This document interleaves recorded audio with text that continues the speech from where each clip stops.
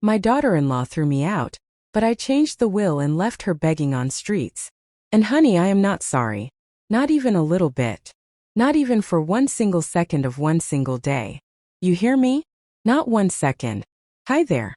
My name is Harriet Lynn Caldwell. I am 79 years old and I am sitting right here in my favorite armchair by the window with a cup of chamomile tea in my hand, and the afternoon sun warming up my face, and I am going to tell you everything. Every single thing that happened. Because I have been keeping quiet for too long, and this old heart of mine has got too much truth stored up inside it to stay silent any longer. So you just sit back and you listen to old Harriet Lynn, because this story right here is going to make your jaw drop and your eyes go wide, and when I am done you are going to understand exactly why I did what I did, and you are going to say, yes, Harriet Lynn, you did the right thing. Yes, you absolutely did. Now I live in a little town called Cloverfield in the state of Ohio. It is not a big town. Everybody knows everybody. The kind of place where if you sneeze on Main Street 3 people call you by dinner time to ask if you caught a cold. I have lived here for 51 years. I raised my children here. I buried my husband Harold here 12 years ago, and Lord, I still miss that man every single day. Harold Caldwell was the finest man I ever knew. Patient and kind and honest right down to his bones. He was an electrician. Worked hard his whole life. Never complained. Never raised his voice at me, not once in 44 years of marriage. When he passed, it felt like somebody had taken the floor out from under me. Like I was just floating around in a house full of memories with nowhere to put my feet. I worked as a school librarian for 36 years right here in Cloverfield at the Cloverfield Elementary School. I retired 9 years ago when my knees started telling me they were done climbing ladders to reach the high shelves. I loved that job with everything I had. I loved those children coming in with their eyes all wide and curious and leaving with a stack of books pressed to their chests like treasure. There is nothing in this world quite like putting the right book in the right child's hands at the right moment. Nothing at all. I still volunteer there on Tuesday mornings, sometimes just to sit in the reading corner and help the little ones sound out their words. That is my joy. That has always been my joy. Harold used to tease me about my library. He said, Harriet, you talk about those books like they are people you love. I said, Harold, they practically are. He laughed. He had the kind of laugh that filled a room. The kind of laugh you could find in a crowd from across the street. When he passed, the thing I missed first and most was that laugh. Deep and warm and real. The kind of laugh that meant everything was going to be all right. Then I missed his hands. Harold had big, careful hands from all the years of electrical work. Hands that could fix anything. Hands that held mine for 44 years and were always warm even in January. I still sleep on my side of the bed 12 years later. I still make 2 cups of coffee some mornings before I remember. Grief is strange that way. It does not go away, it just changes shape over time. It goes from a sharp thing to a dull ache and then to something more like a gentle weight you carry with you everywhere. You get used to the weight. You learn to move around in the world with it. But you never set it down. You never really set it down. Harold Caldwell was the love of my life and the best man I ever knew, and not a day passes that I do not thank God for the 44 years I had with him. Now I have 2 children. My daughter Patricia, who lives out in Portland, Oregon with her husband, and my 3 grandchildren from her side. Patricia calls me every Sunday without fail. Every single Sunday. Rain or shine, sick or well, that phone rings at 2 in the afternoon, and it is my Patricia. She is a good woman. Takes after her father. And then there is my son. My son Robert. Bobby, I always called him when he was small. Bobby, with the gap in his front teeth and the freckles across his nose, and the way he used to run to me after school and wrap his arms around my waist like I was the whole world. That Bobby. My Bobby. Robert is 52 years old now. He is a project manager at a construction company about 40 minutes from Cloverfield. He makes good money. Always has been responsible with work. I will give him that. What Robert is not so good at is standing up for what is right when it makes somebody uncomfortable. And what Robert is especially not good at is standing up to his wife. His wife, whose name is Sandra. Sandra Marie Briggs, before she married my son and became Sandra Caldwell. Though I am going to tell you right now that she never deserved that name. Never earned it. Never honored it. Sandra came into Robert's life about 16 years ago. They met at some company event. She worked in accounting. She is 10 years younger than Robert, which is fine. That is just a number I never cared about. What I cared about was the way she looked at things. The way she looked at people. Like everything and everyone was either useful or not useful. Like people were furniture. You keep the furniture that works for you and you get rid of the furniture that does not. I remember the first time I met her. Robert had been talking about her for about 2 months. He was excited the way he used to get excited as a boy when something new and shiny came into his world. He called her remarkable. He called her driven. He said she knew exactly what she wanted out of life. I remember thinking at the time that knowing what you want out of life is a fine quality depending on what it is you want and how you go about getting it. I filed that thought away and went into that first meeting with an open heart because that is what you do. We met at a restaurant in Columbus. Sandra arrived 7 minutes late and did not apologize for it. She just sat down and picked up the menu. Small thing. But I noticed. Harold always said, "Harriet, you notice things other people walk right past." He meant it as a compliment. Sandra was beautiful. Dark hair cut very precisely and dark eyes and one of those faces that looks like it is always thinking about something just out of your reach. She was polished. Put together. There is a difference between being put together and being armored, and Sandra always felt more like the second thing to me. Over dinner she talked mostly about her career. Her ambitions. She asked me polite questions about my work at the library, and I could see in her eyes that she found it pleasant but not particularly interesting. She was kind enough to hide it almost completely. Almost. I noticed. I always notice. Robert looked at her the whole evening like she was the most interesting person he had ever seen in his life, and I understood that. Love makes people look that way. I remember looking at Harold that way across a kitchen table in 1974 and thinking, this is the one. I understood Robert's feeling. I just wished the feeling had landed on a different person. I tried with Sandra. Lord knows I tried. I brought her flowers the first time I met her. I invited her to Sunday dinners. I included her in every family thing. When she and Robert got married, I stood up at that wedding, and I welcomed her into our family with my whole heart open. I gave that woman every chance in the world. But Sandra never wanted to be in this family. What Sandra wanted was Robert's future. Robert's paycheck. And most importantly, Sandra wanted what Robert stood to inherit. You see, Harold and I were not rich people. We were not poor either. Harold was careful. Harold was a saver. Harold grew up during hard times and he never forgot it. All those years of work and saving and being careful, we had built up something real. The house, which is a 4-bedroom house on Maple Drive that Harold built a lot of with his own 2 hands. Some retirement savings. Some investments that Harold had made carefully over the years. And a piece of land out on Route 9 that Harold's father had left him.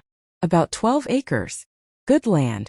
When Harold passed, he left everything to me with instructions that when I passed it would go to Robert and Patricia equally.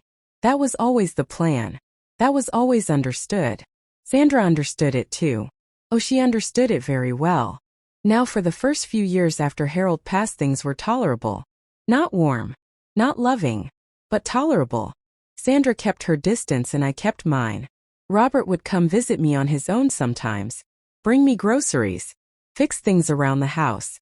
We would sit at my kitchen table and drink coffee and talk like we used to, and for a little while he was my Bobby again. I treasured those visits more than he knew. Then about 5 years ago Robert got hurt at work. Nothing too terrible, thank God, but he hurt his back bad enough that he was out for several weeks. And during those weeks Sandra started talking about how she was worried about me being alone. How it was not safe for a woman my age to be living by herself. How what if something happened? She was so concerned, so caring. I should have seen it then. I should have recognized that particular kind of caring that is not actually caring at all but is something else, wearing caring's coat. They asked me to come live with them. Their house is a nice house out in Milford. 4 bedrooms. Big yard. Guest room that Sandra said she would fix up nice for me. Robert was so eager. He wanted his mother close. I understood that. And I was lonely. Lord, I was lonely in that house without Harold. So I said yes. I rented out my house on Maple Drive to a young couple. I packed up what I needed. And I moved into the guest room at Robert and Sandra's house. And for a little while it was fine. Maybe 3 months. Sandra was attentive. Helped me get settled. Introduced me to her friends when they came over. Took me to my doctor appointments. I thought maybe I had misjudged her. Maybe underneath all that sharp calculating surface there was something softer after all. Then the 3 months ended and the real Sandra came out. It started small the way these things always do. Little comments. Harriet, you left the light on in the hallway again. Harriet, these are Robert's good mugs, not for everyday use. Harriet, if you could take your meals before 6, that would work better with our schedule. Small things. Adjustments. I adjusted. I am not a difficult person. I have lived 79 years on this earth and I know how to be considerate. I turned lights off. I used the plain mugs. I ate at 5:30 even though I was never hungry that early. But the adjustments kept coming. And they kept getting bigger. Within 6 months I was eating in the kitchen alone while they ate in the dining room because Sandra said it was their couple time and they needed space. I was asked not to have the television on past 8 because Sandra said the sound carried. I was told that the garden was off limits because Sandra was doing a project out there. My project. She said that. My project. As if the whole house was hers and I was just a guest who had overstayed. There were other things too. Small humiliations stacked up one on top of another the way small things do until the pile is so high you cannot see over it anymore. Sandra's friends would come over and she would not introduce me. I would walk through the living room and there would be 4 women sitting there laughing and Sandra would look right through me as if I were invisible. As if a 78-year-old woman walking through her own son's house was simply not worth acknowledging. I would smile at those women and sometimes they would smile back uncertainly because they had not been told what to do with me. Sandra had not given them direction on whether I was supposed to exist or not. Sandra started moving things. My things. I had a little arrangement on the dresser in my room. A photograph of Harold and me on our 40th anniversary. A small ceramic bird that Patricia had made in a pottery class when she was 11. A little blue bowl I kept my rings in at night. Nothing worth anything to anyone but me. Worth everything to me. I would come back to my room sometimes and things would have been shifted around. The photograph turned slightly. The bowl moved to a different corner. Nothing so dramatic I could point at it directly. Just enough that I knew. I knew someone had been in there touching my things. Reminding me that even this room was not really mine. I did not say anything. I straightened the photograph. I moved the bowl back. I held that little ceramic bird in my hands for a moment and thought about Patricia at 11 with clay on her hands, and that proud look on her face when she gave it to me and I breathed and I put it back where it belonged. Robert said nothing. Robert would give me this look sometimes. This look I recognized from when he was a little boy and he had done something he knew was wrong. He was 7 years old and he had broken the kitchen window playing ball when I had told him not to play near the house and he came to me with that exact look. Shame sitting on his face like weather. But he said nothing now. He let it happen. Every time I thought about bringing it up to him I would remember that look and I would think maybe tomorrow he will say something. Maybe tomorrow he will be my Bobby again and stand up and say, Sandra, this is my mother, and you will treat her with respect. Tomorrow never came. By the end of the first year I was essentially living in one room. My bedroom. I came out for the bathroom and to make my meals quickly and quietly and then I went back. Sandra had stopped speaking to me directly. She would communicate through Robert. Tell your mother the plumber is coming Tuesday so she should stay in her room. Tell your mother we have guests this weekend. Tell your mother. As if I was not standing right there. As if I was not a real person with ears and eyes and a name. I called Patricia. I told her some of it. Not all of it because I did not want to cause trouble. Patricia was furious. She wanted me to come to Portland. I said I could not just pick up and leave. I said give it time. Patricia said, Mama, you are the most patient woman alive and sometimes patience is not a virtue, it is just suffering with a nice name. Patricia was right. Patricia is often right. Then came the conversation. The one I replayed in my head for days afterward. I had gotten up early because I could not sleep. It was about 5:30 in the morning. I went to the kitchen to make my tea. And I heard Sandra in the living room on her phone. She had not heard me get up. And I heard her say clear as a bell, clear as anything I have ever heard in my life, she said, I am working on it. I just have to get the old woman to change the documents. Robert is easy, he does whatever I say. But she has to sign it herself. If I can get her to sign over the power of attorney and update the will to consolidate everything, then we will be set. Just give me a little more time. I stood in that kitchen doorway with my hand on the wall, and I felt something shift inside me. Not break. Shift. Like a great big piece of something sliding into its proper place. Like all those small uncomfortable things suddenly had a shape, and the shape was ugly, and I could finally see it clearly. I stood there and I heard my own heartbeat. That is a thing that happens sometimes when the world gets very quiet and very serious. You hear your own heartbeat and you feel the whole of your life in that sound. 78 years of living, of working and loving and building and losing and building again. All of that in my chest, beating steady and calm. And I thought, I am not going to let this happen. Not anger. Not panic. Just that clear, steady thought. I am not going to let this happen. I went back to my room. I sat on my bed. I put my hands flat on my knees the way my mother used to sit when she was thinking something through carefully. She used to say, when there is trouble coming, you have two choices. You can stand in the road and be surprised when the car hits you, or you can step off to the side and let it pass and then walk around it. I could hear her voice as clear as if she were sitting right beside me. Step off to the side. Let it pass. Then walk around it. I thought very carefully. I was planning. I did not let Sandra know I had heard. I got up the next morning as if nothing had happened. I made my tea. I said good morning politely. I watched. And now that I knew what I was watching for, I could see all of it. The way Sandra would steer conversations toward my finances. The way she had been encouraging me to see her personal friend who happened to be an attorney. The way she had been making small comments about how Robert would take such good care of everything if I just trusted him. How at my age it was so much easier to let the family handle the complicated things. 79 years old, they thought. Old woman. Forgetful. Trusting. Easy. They did not know Harriet Lynn Caldwell. I called my own attorney. A woman named Dolores Hutchins, who I have known for 20 years. Dolores is smart and thorough, and she has absolutely no patience for nonsense. I have seen Dolores make a grown man go pale just by looking at him over her reading glasses. She is in her early 60s now, and she has the kind of competence that comes from doing a thing well for a very long time and knowing it. I drove myself to her office on a Tuesday morning while Sandra thought I was at my doctor appointment. I did not tell anyone where I was going. I signed myself in at Dolores's reception desk, and I sat in the waiting room and I read a magazine about gardening, and I kept my face perfectly calm. Dolores came out herself to get me, walked me back to her office, closed the door, sat across from me at her desk with her hands folded and said, "Harriet, what is going on?" I told Dolores everything.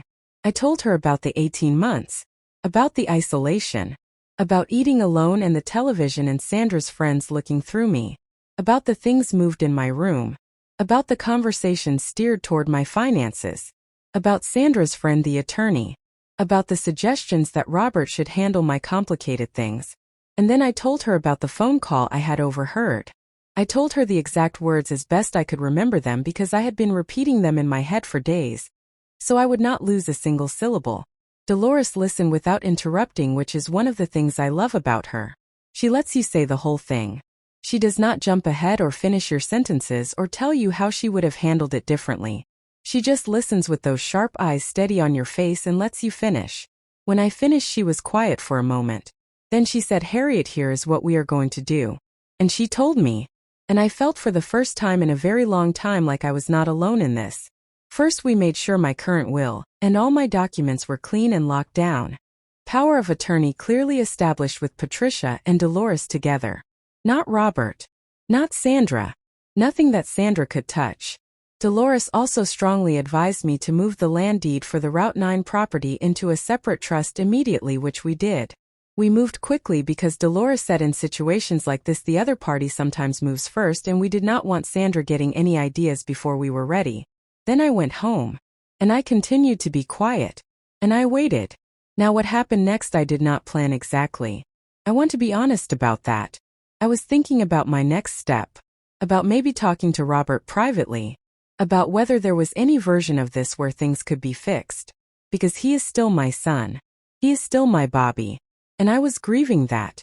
I was grieving the man I thought he was while also being clear-eyed about the man he had become.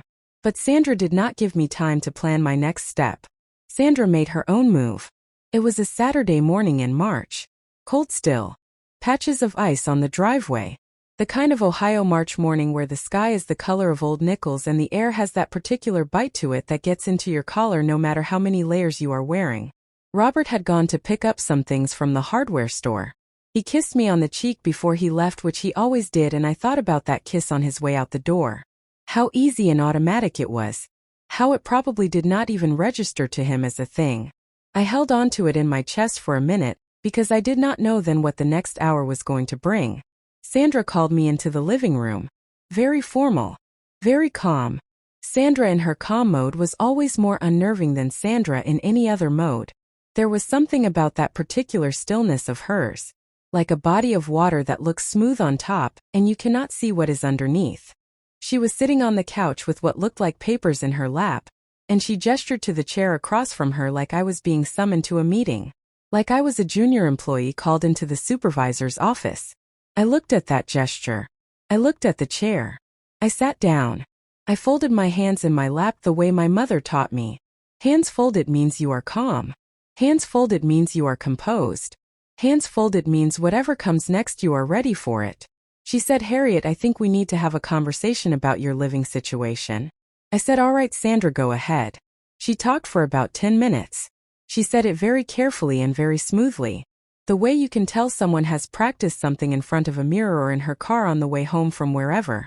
She said that she felt that my being in the house had created a certain tension. That she and Robert needed their space as a couple. That she had been doing a lot of thinking. And she felt that perhaps a senior living facility would be a better fit for my needs. She said needs like that. My needs. As if this was about what was good for me. As if she had been lying awake nights worrying about my well-being, and had finally arrived at this difficult conclusion purely out of love and concern. She had actually brought brochures. Glossy brochures for 3 different places. 2 of them were in other towns entirely. One was 45 minutes away. She laid them out on the coffee table in front of me like she was presenting a business proposal. Like she expected me to pick up the brochures and flip through them nodding and say, yes, Sandra, this one looks lovely, I will call them Monday. She said she had already spoken to Robert, and he agreed that this was probably for the best. I looked at those brochures. I looked at Sandra's face. That smooth, composed face that had never once in all the time I had known her shown me anything real. And I said, Sandra, are you asking me to leave or are you telling me to leave? And she said, Harriet, I think we both know this arrangement is not working. So there it was. After a year and a half. After I had shrunk myself down to the size of one room to fit into her idea of how things should be. After I had eaten alone and kept quiet and adjusted and adjusted and adjusted, until I barely recognized myself as the person who had walked through this front door 18 months ago with my boxes and my hope in my open heart. She was throwing me out. She was throwing a 79-year-old woman out of her son's house with a stack of glossy brochures, and that smooth face and not one single ounce of shame visible anywhere on her. I said, all right, Sandra. I will make arrangements. She looked a little surprised. I think she expected tears. Or argument. Or pleading.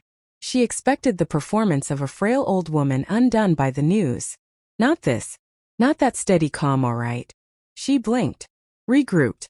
Said something about being supportive during the transition. I was already thinking about my next call. I went to my room and I called Patricia. I told her what had just happened.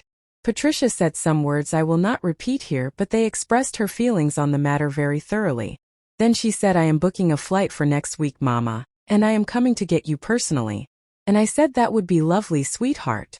Then I called Dolores. I said, Dolores, it is time. Dolores said, I have been waiting for your call. Robert came home that afternoon. Sandra had gotten to him first, of course.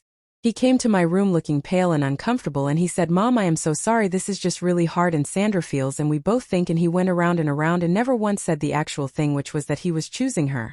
That he was letting this happen. That he was not going to stop it. I let him finish. Then I said, Robert, the first love you. I have loved you since before you took your first breath on this earth. And I need you to hear me say this clearly. What is happening in this house is wrong. What your wife has been planning is wrong. And I know about it. I know more than you think I know.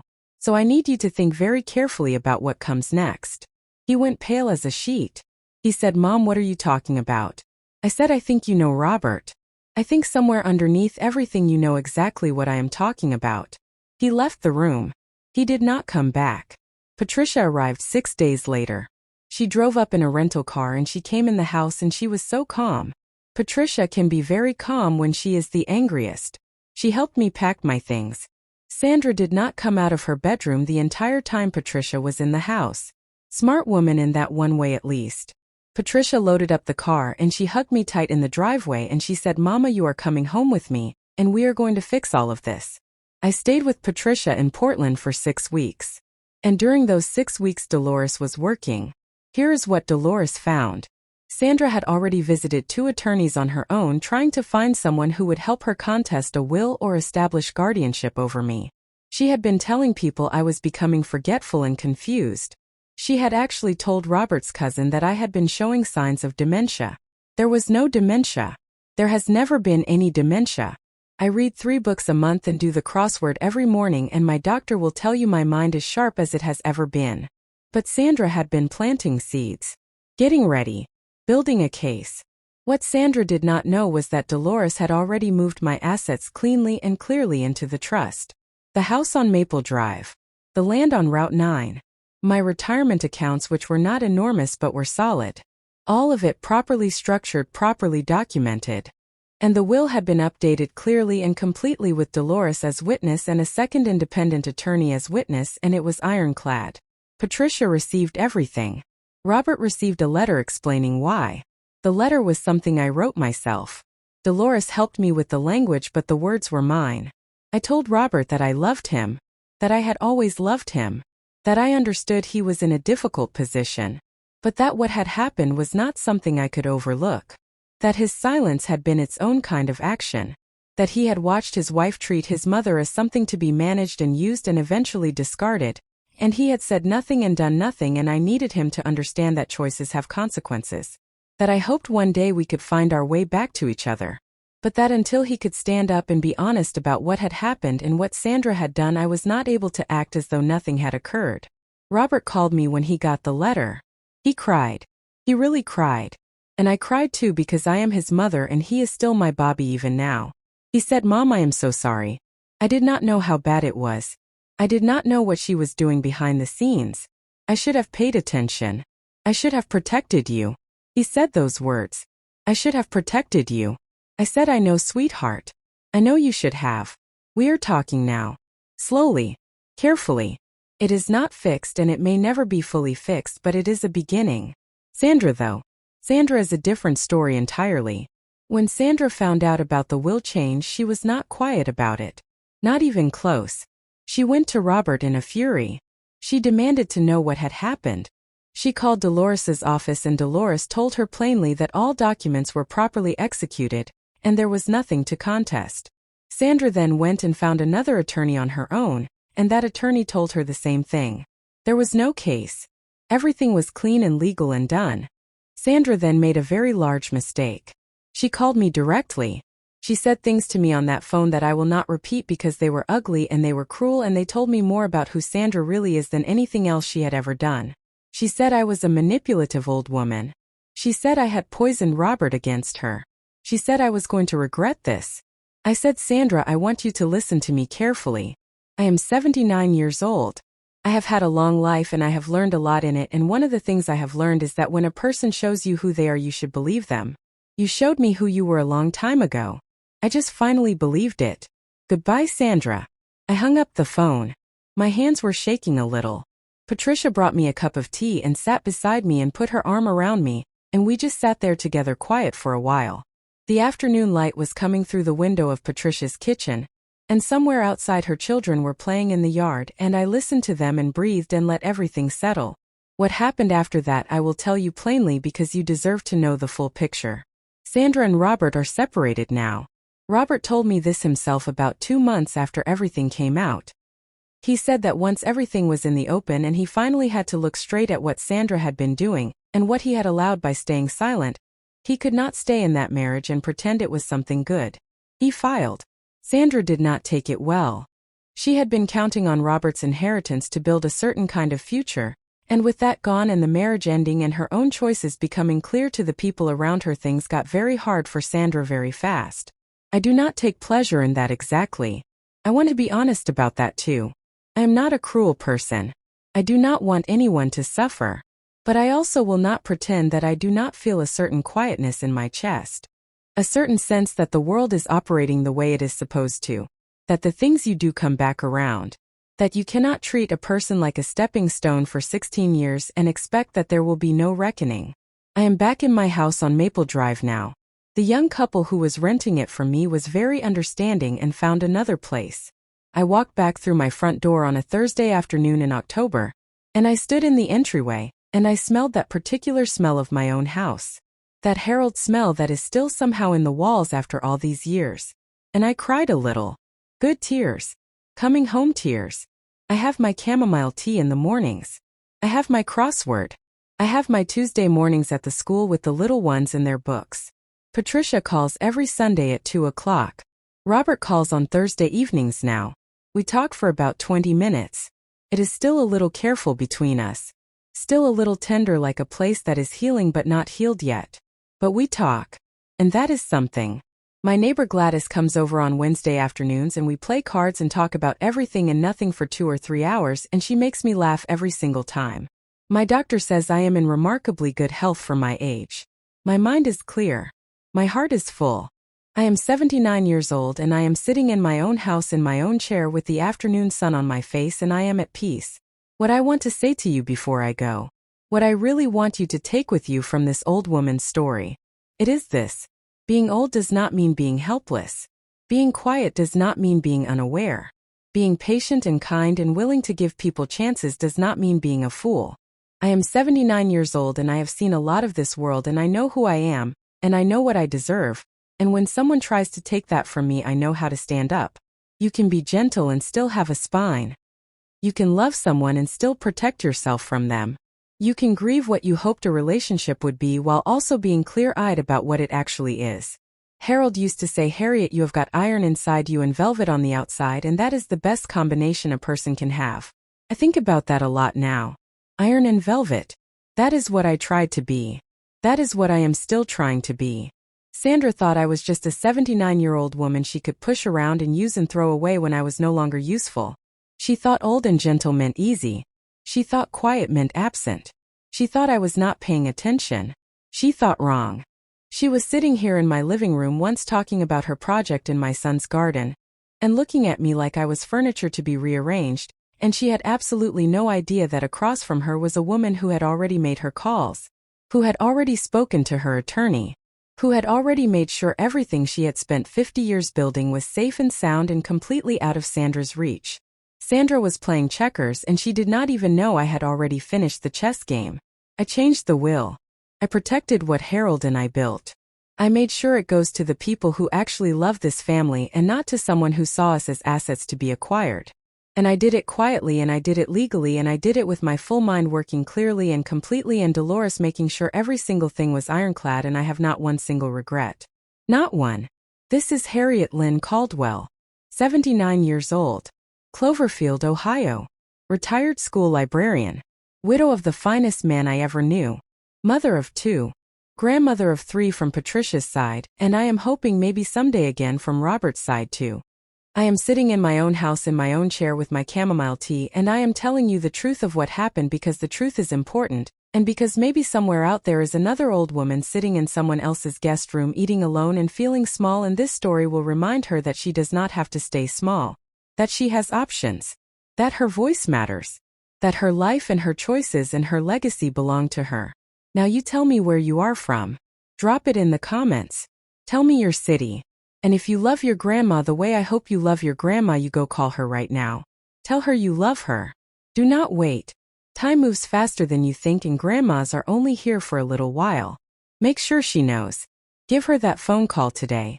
And if this story moves something in you, hit that like button and subscribe so you never miss another story, and share this with your friends because everybody needs to know that quiet women can be the most powerful women in the room. This is Harriet Lynn Caldwell, and I thank you for listening.